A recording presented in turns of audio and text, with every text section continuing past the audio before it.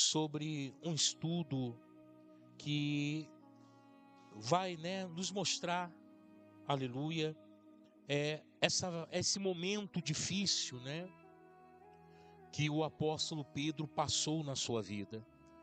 O estudo que nós estamos fazendo é o estudo sobre o momento em que Pedro nega Jesus. Isso é muito importante para nós, porque muitos têm a sua opinião sobre isso. Mas quando nós analisamos a palavra de Deus, nós podemos chegar numa conclusão exata, o que levou Pedro a negar Jesus daquela maneira. Abra a tua Bíblia comigo, só para a gente, não vou me aprofundar muito aqui.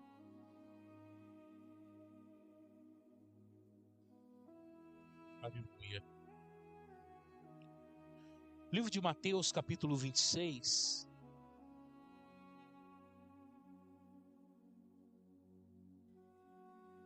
Aleluia. Mateus 26, 69.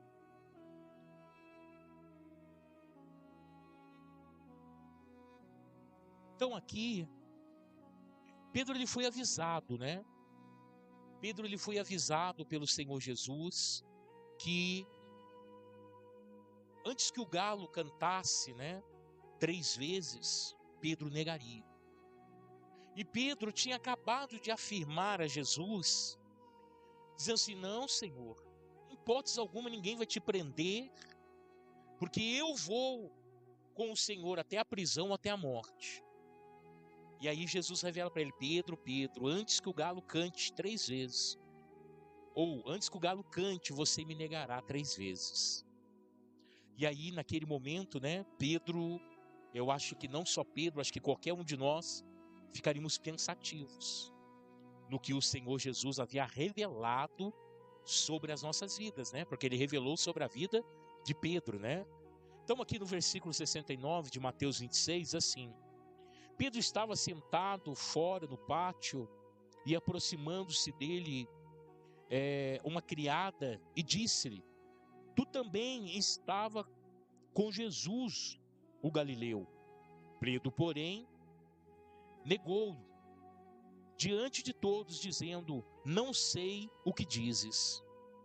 E saindo para o pórtico, outra criada o viu e disse, aleluia, que a quem ali estava: este também estava com Jesus de Nazaré.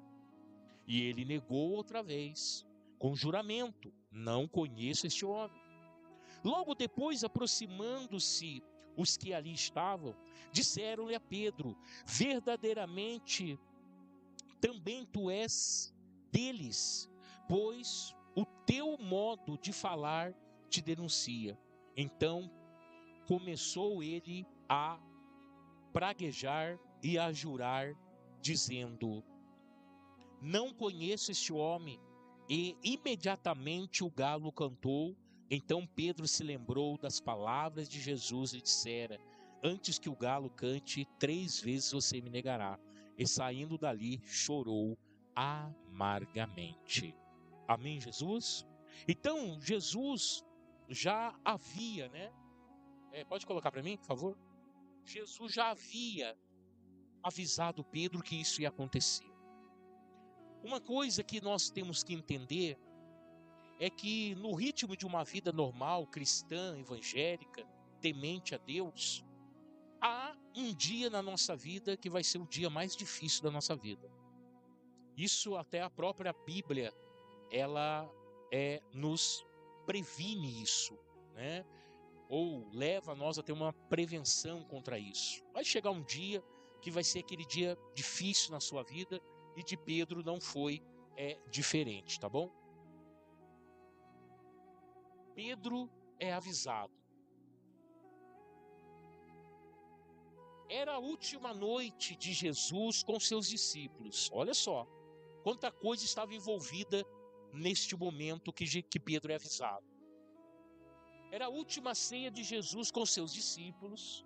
Pedro e todos os outros já tinham tido os seus pés lavados pelo mestre, também já haviam partilhado da última ceia, Jesus deu um bonito discurso de encorajamento e despedida. Após a ceia, eles cantaram um hino e saíram para o Monte das Oliveiras, onde passaram um tempo em oração.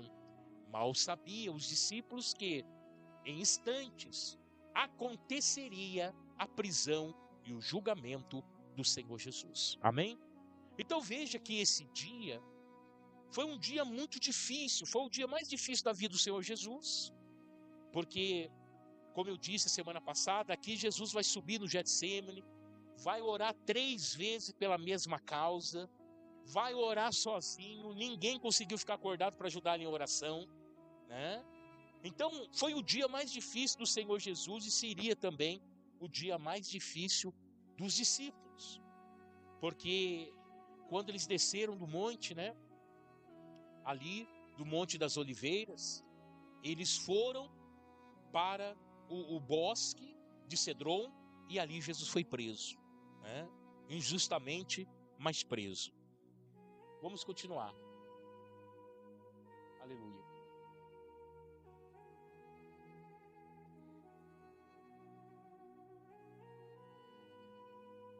Não, peraí.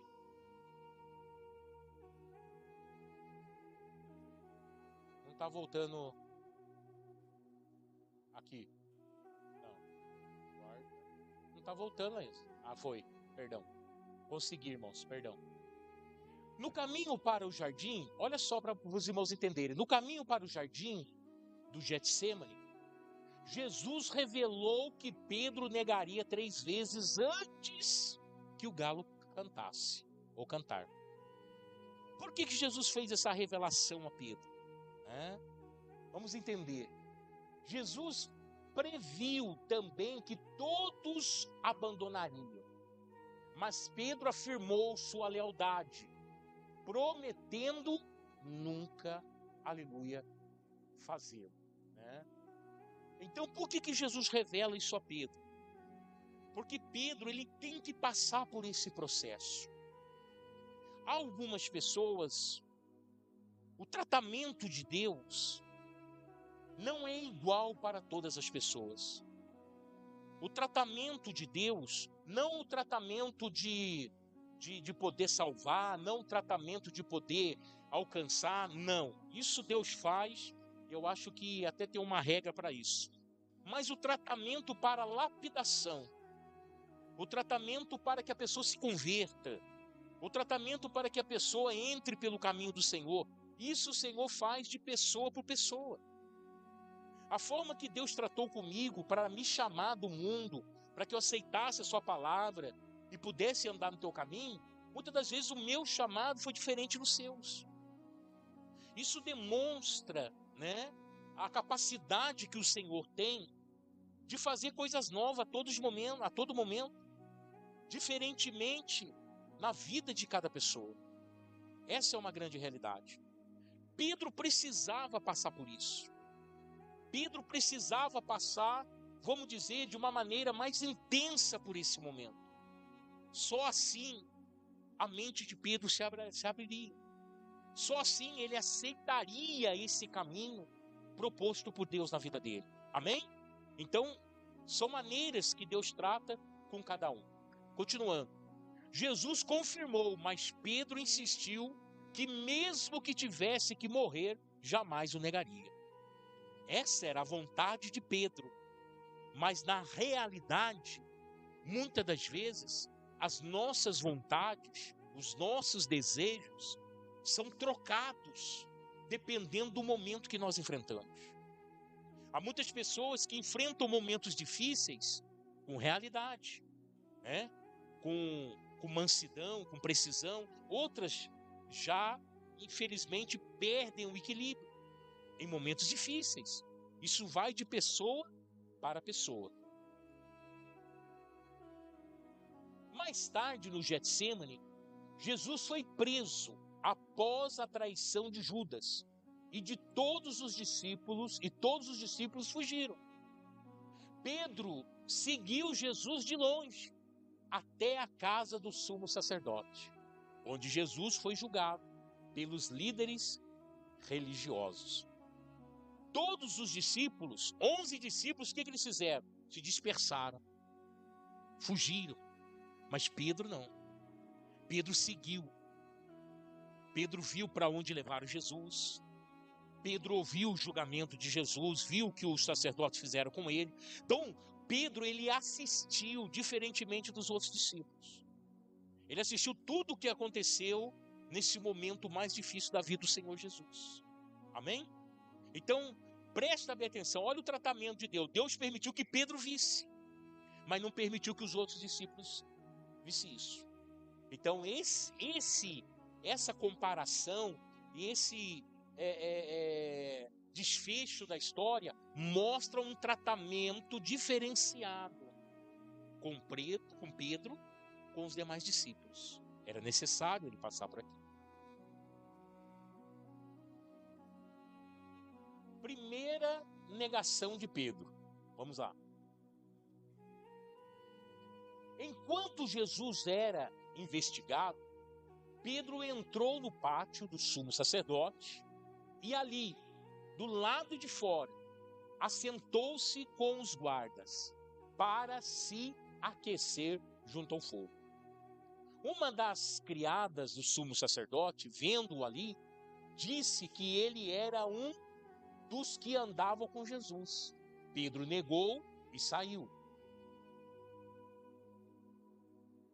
Segundo, Pedro foi caminhando em direção ao alpendre e ali perguntaram-lhe novamente se ele também não era um dos discípulos de Jesus. Pedro negou novamente. Um pouco mais tarde, alguns que estavam por lá confrontaram Pedro. Você deve ser um deles, por ser galileu. Mas Pedro começou a maldizer e jurou que não conhecia aquele homem de quem eles falavam. Neste momento, ou neste mesmo instante, o galo cantou. E Pedro lembrou-se do que o Senhor Jesus tinha dito e começou a chorar. Então, entenda que os momentos não foi Pedro que preparou. Olha para você ver, Pedro, ele não preparou aqueles momentos, mas foi preparado aqueles momentos pelo próprio Deus. Por quê? Porque era necessário Pedro passar por aquela desilusão. Era necessário Pedro passar por aquele momento, porque só depois que ele se lembra da palavra do Senhor Jesus, dizendo que ele o negaria, é que Pedro se converte verdadeiramente. Há uma conversão dentro de Pedro. Pedro, ele é o escolhido por Deus para ser o líder da igreja primitiva. Pedro tinha as qualidades que Deus procurava, mas Pedro precisava aceitar sua missão. Há muitas pessoas preparadas, há muitas pessoas capacitadas, há muitas pessoas que têm dons maravilhosos, mas não aceitam a sua missão. Pedro, ele não aceitava, aleluia, a prisão de Jesus. Não entrava na sua cabeça Jesus ter que morrer. Não entrava, aleluia, né? Não fazia parte dos seus planos ver Jesus morto, crucificado. Então, quando nós temos dificuldades para poder entender o plano de Deus na nossa vida, nós vamos começar a tomar decisões contrárias àquelas qual Jesus já preparou para nossas vidas. E quando nós tomamos decisões erradas, quando nós tomamos decisões contrárias àquilo que o Senhor determinou para nós, o que acontece? Nós entramos num confronto muito grande. E a realidade é que sempre vai prevalecer a sua vontade. Sabia disso? Por quê? Porque o homem tem um livre-arbítrio. Deus não interfere na decisão. O máximo que Deus faz é mostrar o caminho. O máximo que Deus faz é fazer a sua propaganda para uma coisa boa para a sua vida. Mas Ele não pode obrigar você a seguir. Ele não pode obrigar você, aleluia, a fazer a vontade dEle. Simplesmente é escolher como Salvador da sua vida. Então, sempre vai prevalecer a sua escolha. Se você escolher pela sua vontade, é o que vai prevalecer. Mas, se nós formos um pouco mais profundo na visão espiritual, procurar entender aquilo que Deus está nos proporcionando, aquilo que Deus está nos pedindo, para onde Ele está nos levando, nós também podemos decidir pelas coisas de Deus e ver os nossos caminhos ser abertos, as coisas começarem a dar certo, né? Portas se abrirem, várias oportunidades acontecerem. Por quê? Por causa da obediência à palavra do Senhor. Amém, Jesus?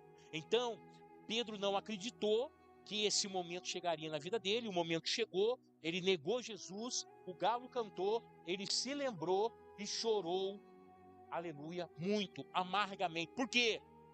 Porque naquele momento ele viu que realmente Jesus tinha razão e que ele, naquele momento, havia errado, havia sido fraco, havia sido, aleluia, uma pessoa que não honrou aquilo que disse. Agora, entenda uma coisa, por favor. Quando nós erramos, quando nós determinamos alguma coisa e não conseguimos cumprir, nós temos que chegar diante de Deus e colocar diante do Senhor, aleluia, o que aconteceu e qual era a nossa vontade. Essa é a grande realidade. Sabe por quê? Porque nem tudo vai sair conforme nós queremos. Alguma coisa no meio do caminho vai dar errado. E nós precisamos ter a consciência que o nosso Deus que está lá no céu, Ele conhece mais o sistema desse mundo que nós. Ele conhece mais a nossa vida do que nós mesmos. E sabe dos percalços. Para que Pedro se convertesse, Deus preparou esse momento para ele. E ele se converteu nesse momento. E a conversão de Pedro foi genuína. Não foi uma coisa assim por acaso e nem algo movido pela emoção. Não. A conversão de Pedro foi genuína. No entanto, através desse momento, que foi o dia mais difícil na vida de Pedro, Deus lapidou o seu caráter e ele pôde ser o líder da igreja primitiva. Assim como Deus já havia determinado desde o começo. Amém? Então vamos ver aqui, ó. O Evangelho de Lucas acredita que no momento em que Pedro fez a última negação do galo, o galo cantou, nesse momento, nesse mesmo instante, Jesus olhou para Pedro e fixou os seus olhos nele e fazendo lembrar do que já tinha avisado, Pedro saiu e chorou amargamente. Então, a conversão de Pedro, ela aconteceu com uma grande desilusão na vida dele. Ele nunca pensou, Pedro, nunca pensou que ele poderia chegar, né, no auge do estado de negar Jesus. Mas isso aconteceu na vida dele. E a partir deste momento, Pedro começou a ver que sem Jesus, ele não era nada.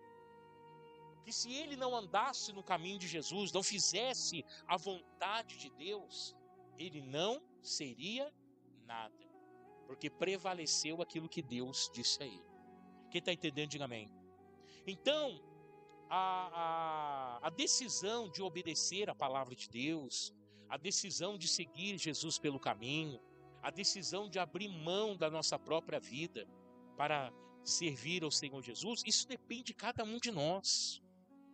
Deus não vai colocar você numa parede, não vai botar uma arma na sua cabeça, te obrigar a fazer tal coisa, não. Isso depende de cada um de nós. É claro que nesse intervalo de tempo, para tomar essa decisão, vai acontecer o quê? momentos como aconteceu com Pedro. Momentos de desilusão, momentos de extrema tristeza, né? Momentos que levam você a fazer grandes reflexões da sua vida. Porque é isso que Deus está preparando. Se Deus estiver preparando você para uma grande obra, se você tem um chamado de Deus para fazer a diferença por onde quer que você ande, por onde quer que você vá, Deus ele vai levar você para essa direção.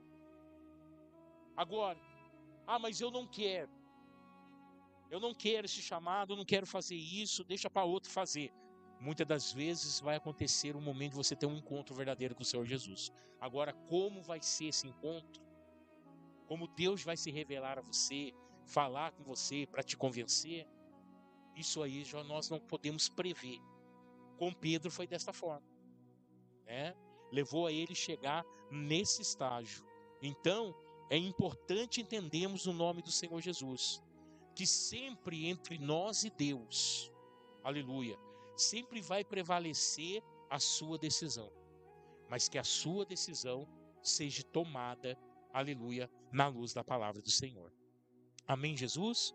Quem entendeu, diga amém. Amém? Abre a tua Bíblia, por favor, em nome de Jesus. Só para a gente entender alguns fatores aqui importantes. Lá no livro de Mateus que eu disse para vocês,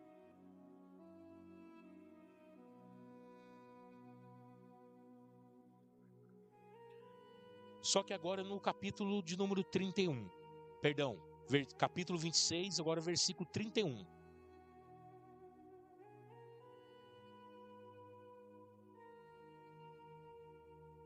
Amém? Pode colocar aqui para mim?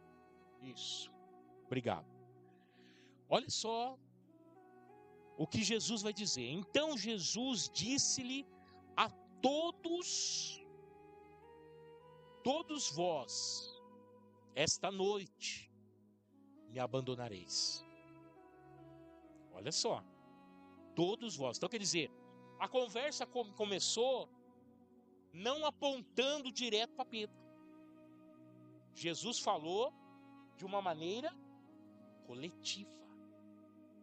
Ele falou para todos: me abandonareis, pois está escrito, olha só, ferirei o pastor das ovelhas do rebanho e se dispersarão. Então entenda, estava escrito. Algumas pessoas, né, eu já vi algumas pessoas pregarem sobre isso e falaram assim: mas os discípulos se acovardaram, eles abandonaram. Irmãos, existe a sequência da palavra do Senhor, o cumprimento da palavra do Senhor. E muitas das vezes Deus usa a minha vida, usa a sua vida, usa a igreja para que a palavra dele seja cumprida. E muitas das vezes nós esperamos, é claro, nós como seres humanos sempre esperamos um resultado bom. Sempre zelamos e buscamos para resultados excelentes da nossa vida, mas nem tudo vai acontecer conforme nós pensamos, né? E aí o versículo 32 ele vai dizer: depois de ressuscitar, porém, irei adiante de vós para a Galileia. Olha, Jesus revelou tudo. Automaticamente, né? Era para eles o quê? Estarem preparados para aquele momento. Mas eles estavam? Não. Porque a presença de Jesus fisicamente era tudo para eles. Não passava na cabeça deles: Jesus está falando isso daí, mas quem vai tocar no mestre? Quem vai tocar no Filho de Deus? Quem que vai tirar a vida do Filho de Deus? Passava isso pela cabeça de muitos. Olha o versículo de número 33. Pedro lhe disse: ainda que todos te abandonem, eu nunca te abandonarei. Por que agora se volta para Pedro? Porque Pedro foi o único entre os 12 que se levantou e disse: nananina não, Jesus, o senhor está enganado, eu nunca vou te abandonar. Aqui ó, eles aqui podem abandonar, mas eu não. E aí volta-se para ele, né? Vai voltar-se para ele a situação. E aí olha o que Jesus vai dizer. Disse-lhe Jesus: em verdade te digo, que nesta mesma noite, antes que o galo cante, aleluia, 3 vezes me negará. E disse-lhe Pedro: ainda que me seja necessário morrer contigo, nunca te negarei. E todos os discípulos logo disseram o mesmo. Irmãos, nós precisamos ter um equilíbrio muito grande na nossa vida para entender o que é de Deus e o que não é de Deus. Quando Deus nos revela uma palavra, quando Deus traz para nós algo para impactar a nossa vida, é necessário termos um equilíbrio necessário para entender a vontade de Deus.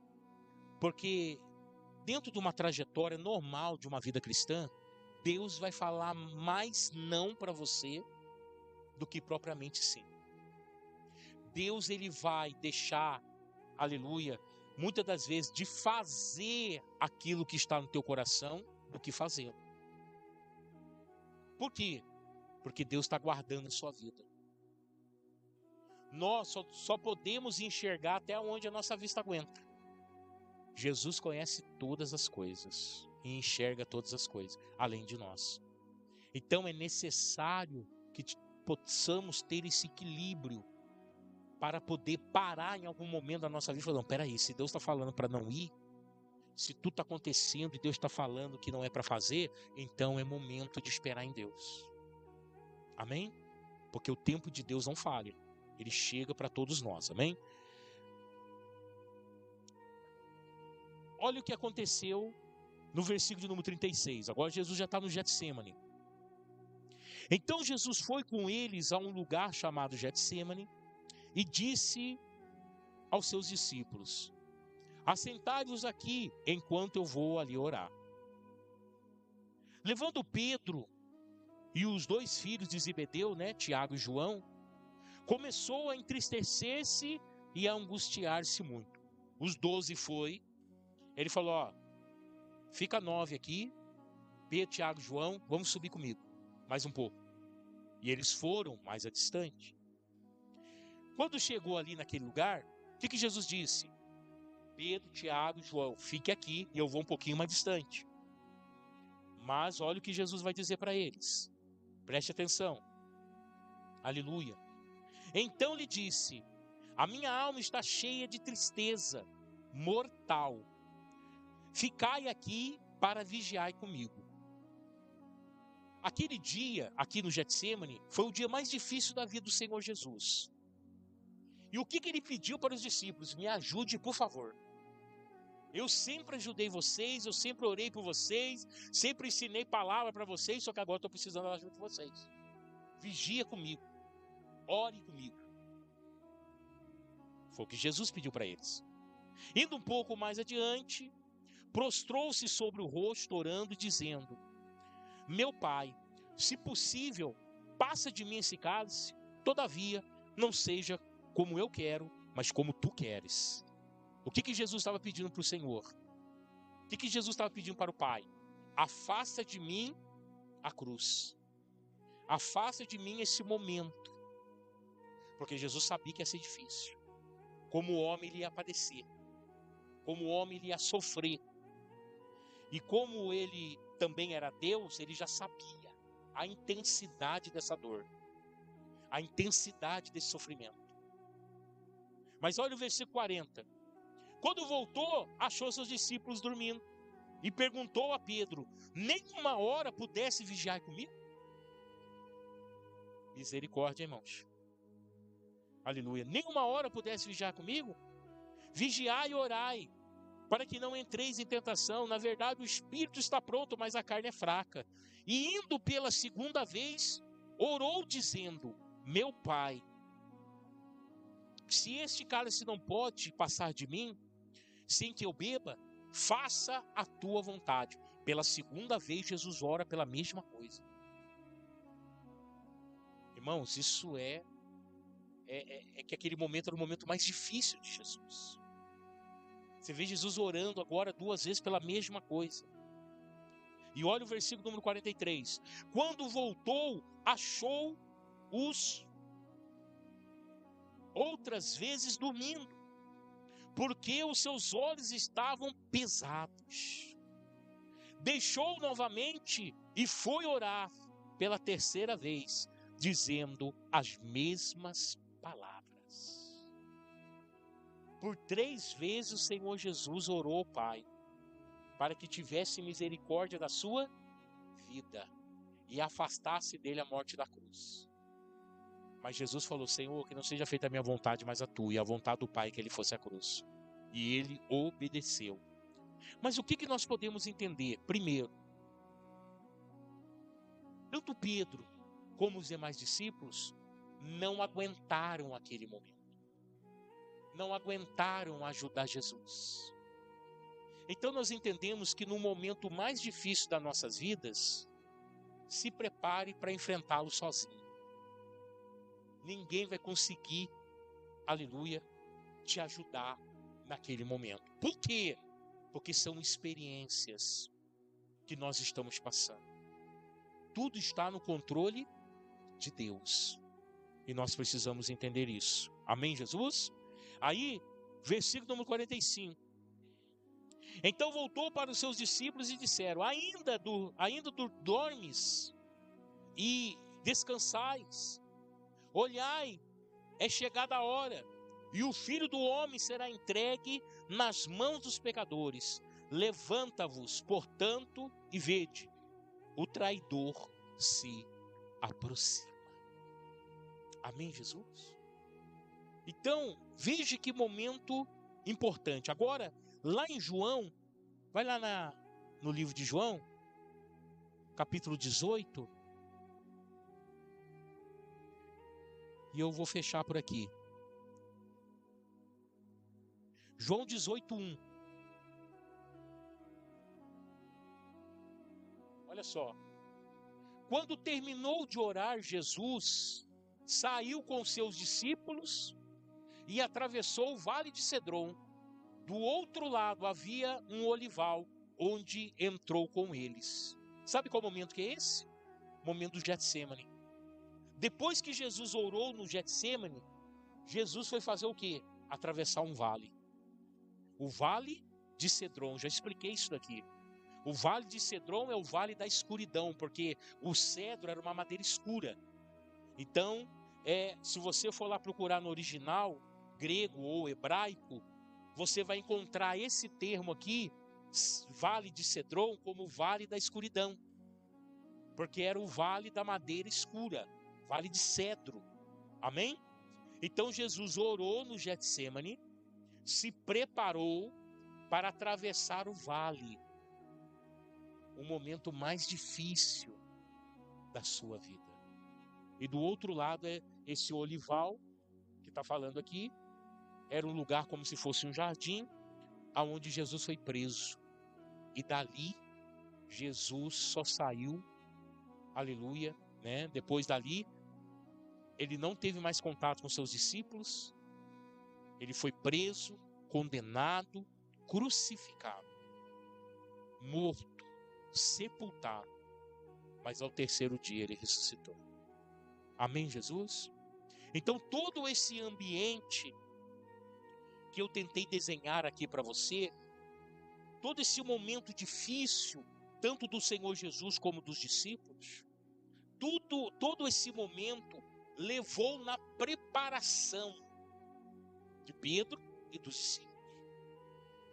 Era Deus lapidando a vida daqueles homens, preparando eles para uma missão maior. E qual era a missão maior? Jesus vai dizer em Mateus capítulo de número 16, que ele chega, Pedro diz assim: Senhor, Jesus primeiro pergunta, para ser mais claro, o que os homens têm falado do Filho do Homem? Quer dizer, o que as pessoas têm falado de mim? E aí Jesus vai dizer, os discípulos vão dizer, uns falam que o Senhor é Jeremias, outros falam que o Senhor é Elias, outros estão falando que o Senhor é um dos profetas.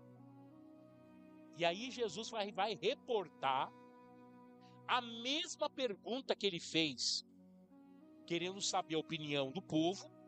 Agora Jesus reporta a pergunta para saber a opinião dos discípulos. E vós, o que dizeis que eu sou? E aí Pedro vai se levantar e vai dizer: Senhor, tu és o Cristo, o Filho do Deus vivo. Jesus fica alegre. Jesus vai dizer: Pedro, filho de Simão Barjonas, não foi carne nem sangue que te revelou isso, mas foi o meu Pai que estás no céu. Então, Jesus fica alegre porque Pedro recebe uma revelação que vem do e não dos homens. Olha que interessante. Só que a pergunta de Jesus: e vós, que dizeis que eu sou? Por quê? Se o povo falava que Jesus era um profeta, os discípulos podiam acreditar. Mas Jesus não, mas Pedro não, bateu na tecla que ele era o Cristo, o Filho do Deus vivo. Jesus vai pegar uma carona nessa visão e vai dizer assim, para Pedro: Pedro, tu és Pedro, e sobre esta pedra edificarei a minha,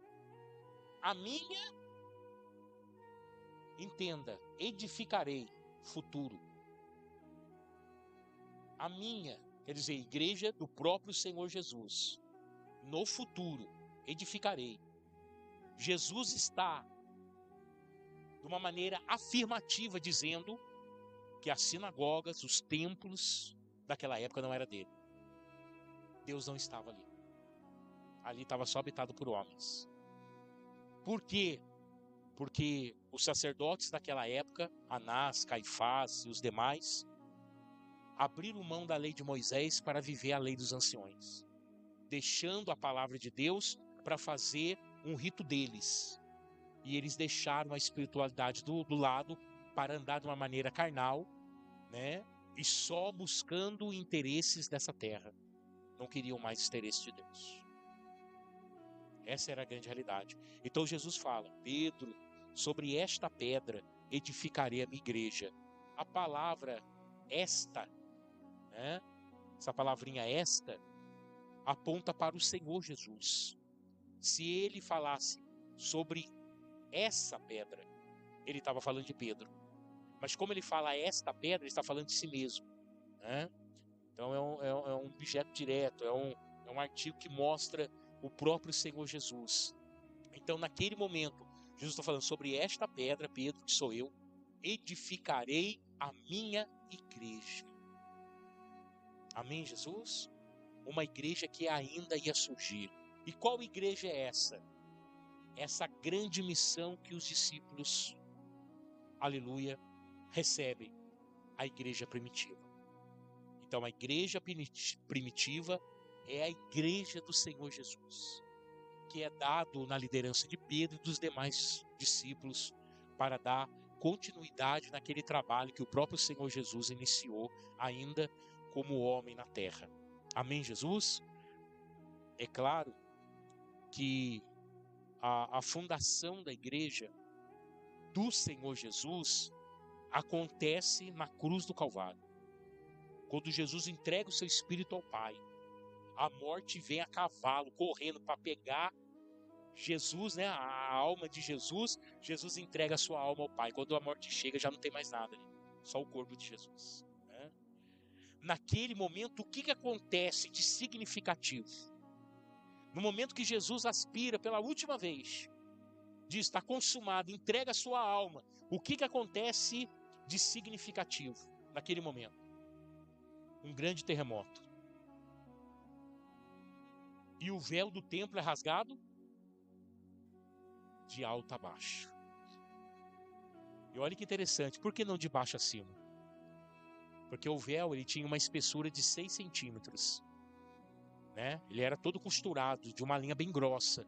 De 6, porque ninguém podia enxergar do outro lado. E se alguém chegasse e encontrasse o véu rasgado de baixo para cima, eu ia falar: alguém chegou com uma faca aqui e rasgou. Mas ele foi rasgado de alto a baixo. porque o véu tinha mais de 6 metros de altura. E ele foi rasgado de alto a baixo. Quando aquele véu é rasgado, o Senhor abre o caminho para nós, igreja do Santo dos Santos. Nós não precisamos mais de intercessor, agora Jesus é o nosso intercessor. Amém? Então, isso é algo de significativo que acontece. Naquele momento, a igreja do Senhor Jesus é inaugurada. O templo é deixado de lado. Amém? Só que em Atos dos Apóstolos, capítulo de número 2, na descida do Pentecoste, ali a igreja é fundada. Ali os discípulos recebem o Espírito de Deus, o Espírito Santo do Senhor. Então dali sai Pedro e os demais para, aleluia, de uma maneira, vamos dizer assim, visível aos homens, dar continuidade no trabalho do Senhor Jesus. Abrir essa igreja, né? Trazer irmãos para essa igreja.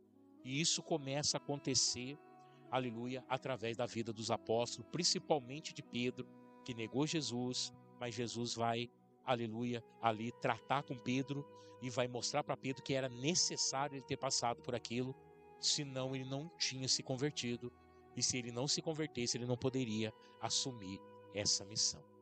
Quem entendeu até aqui, diga amém. Amém? Ficou bem claro para os irmãos? Em nome de Jesus? Então, maravilha. Glória a Deus. Vamos ficar de pé para nós orarmos?